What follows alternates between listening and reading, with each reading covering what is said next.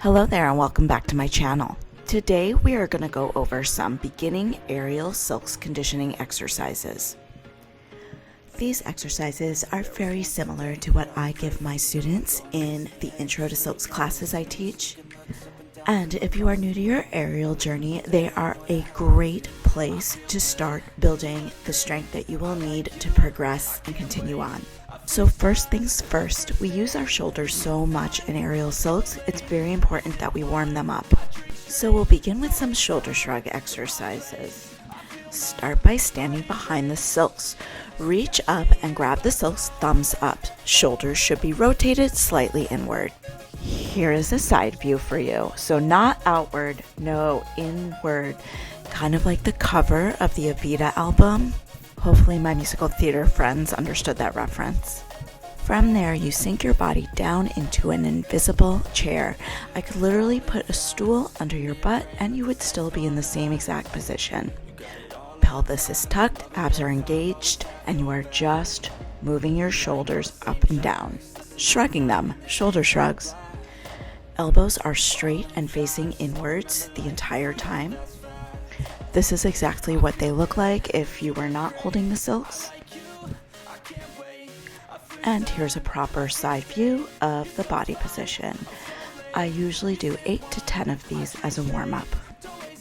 Moving on, we wrap and lock our wrists different ways in order to protect our grip as we condition on the silks.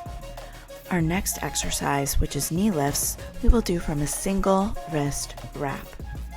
Once again, we will start from behind the silks. Reach your arms out, hug the silks in, tap your chest, reach up and grab the silks thumbs up. You have a single wrap on your wrist. From there, everything else is the same. Sink your body weight down, come back into your invisible chair. From here, engage your abs and lift your knees up and down, up and down. Tap your toes on the ground every time you come down. Lift your knees up as high as you can every time you lift up. If you go to do this and you find that you do not have the abdominal strength yet, rather than cheat and using your feet to jump off the ground, do one knee lift at a time like this. Nice, slow, and controlled. Keeping in mind that your abs are what is helping you lift the knee up. Our next exercise is slightly harder, so we're going to give it a double wrist wrap to help our grip. So a double wrist wrap is like a single, but twice. So you reach around, tap your chest, reach up once, but then reach around again, and then grab thumbs up the second time. From here, shoulders rotated slightly forward, sink your body weight down, chair pose. This time, knees knock together. The pattern is this. Knees up, straighten legs, tap the feet down, come back to chair. Knees up, straighten the legs, tap the feet down, come back into chair. Here's another side view for you, starting with a double wrist wrap, sinking the weight down, coming into my chair. And I call this exercise the mermaid because it's like you have a little mermaid flipper on you. This exercise can also be done one leg at a time, as long as you take it nice and slow and are very mindful to use your strength. So this last exercise we'll do from a wrist lock. Arms reach out, hug the silks, tap the chest, but this time reach down, around, and grab the silks. Make sure your wrists end up nice and even. If not, grab the tail of the silks, which is the floppy bottom part, loosen it up and slide your wrist to where you want it to be. We don't want uneven wrists that can cause a host of injuries later on. Once your silks are nice and locked around your wrists, look up at the rigging point of the silks. That would be where the silks meets the ceiling. Sit down directly underneath it. In other words, your butt should be directly underneath the rigging point.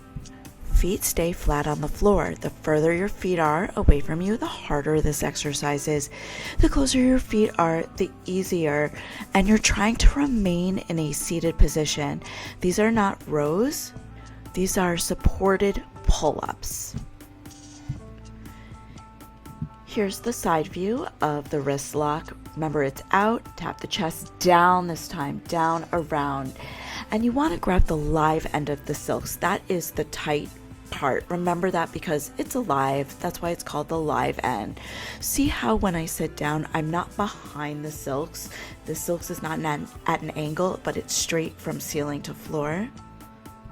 Also, notice my body position and notice I do not arch my back as I pull my body up. And I return all the way to seated between each pull-up. Last thing I usually finish my conditioning with is a top of the pull-up hold. I do this from a wrist lock. I just lift my feet off the ground, keeping my knees together. Arms are tucked by my side, and I try and hold it for 5 seconds. Try and make yourself into as small as a ball as possible. And that's my beginning aerial silks conditioning sequence. Let me know if you have any questions in the comments below. And if you enjoyed this content, please hit the like and subscribe button as it really supports my channel. And I would love to hear from you in the comments of what other content you would love to see from me. Happy bending, everybody. Bye-bye.